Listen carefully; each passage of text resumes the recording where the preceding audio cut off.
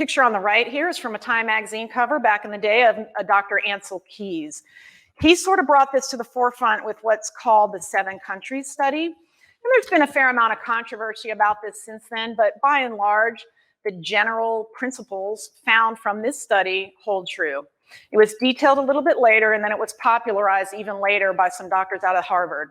Again, not without controversy. There's been actually a bunch of papers written refuting it, but then there were papers written refuting the refutations.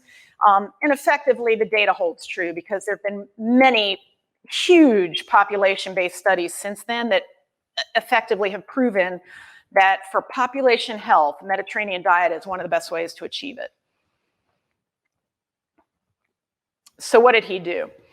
In the 1950s, really, technically, I think it was published 1958, all this gentleman did was he went into these countries and looked at what do they eat and how does it affect their lifestyle and their heart disease levels. Back in the 50s, we thought that you had to have a heart attack. It was just part of getting old. There was no way to modify that. Like, it was definitely just going to happen. Well, now we know it's not inevitable. And how we found this out really started with Dr. Keys in this study. So effectively, the 7 countries are pictured on the bottom there.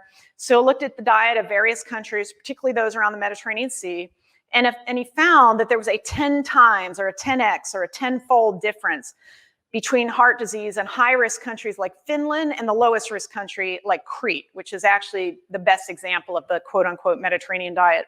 So these 2 graphs just show you, as a diet increases in cholesterol and fat on the x-axis, so does your mortality and risk of heart disease go up on the y-axis. Pretty basic concept, which we now take for granted. But it was discovered really by this guy going in detail, going and interviewing people, talking to them about what they eat, and then connecting the dots with the morbidity and mortality data that he found on the ground in the field. And this is a huge piece of work that I think was pretty awesome and really sort of opened our eyes.